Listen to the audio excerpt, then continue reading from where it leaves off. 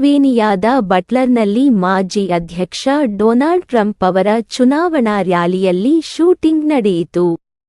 Trump ಅವರ ಬಲಕಿವಿಗೆ ಗುಂಡು ತಗುಲಿ ಸ್ವಲ್ಪ ರಕ್ತಸ್ರಾವವಾಯಿತು. ಒಬ್ಬ ಪ್ರೇಕ್ಷಕ ಸಾವನ್ನಪ್ಪಿದರೆ ಇತರ ಇಬ್ಬರು ತೀವ್ರವಾಗಿ ಗಾಯಗೊಂಡಿದ್ದರು. ಬಳಿಕ ಶೂಟರ್ನನ್ನು ಸೀಕ್ರೆಟ್ ಸರ್ವೀಸ್ ನಿಷ್ಕ್ರಿಯಗೊಳಿಸಿತು. ಈ ಘಟನೆಯನ್ನು ಹತ್ಯೆ ಯತ್ನವಾಗಿ ತನಿಖೆ ಮಾಡಲಾಗುತ್ತಿದ್ದು, ಎಫ್ಬಿಐ ತನಿಖೆ ಮುಂಚೂಣಿಯಲ್ಲಿದೆ. ಅಧ್ಯಕ್ಷ ಬೈಡೆನ್ ಹಿಂಸೆಯನ್ನು ಖಂಡಿಸಿ, ಟ್ರಂಪ್ ಸುರಕ್ಷಿತವಾಗಿರುವುದು ಆತ್ಮತೃಪ್ತಿ ತಂದಿದೆ ಎಂದು ಹೇಳಿದ್ದಾರೆ.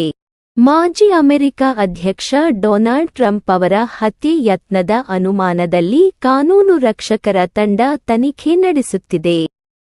ಪೆನ್ಸಿಲ್ವೇನಿಯಾದ ಬಟ್ಲರ್ ಕೌಂಟಿಯಲ್ಲಿರುವ ಒಂದು ಚುನಾವಣಾ ರ್ಯಾಲಿಯಲ್ಲಿ ರೈಫಲ್ ಹಿಡಿದಿದ್ದ ವ್ಯಕ್ತಿಯು ಟ್ರಂಪ್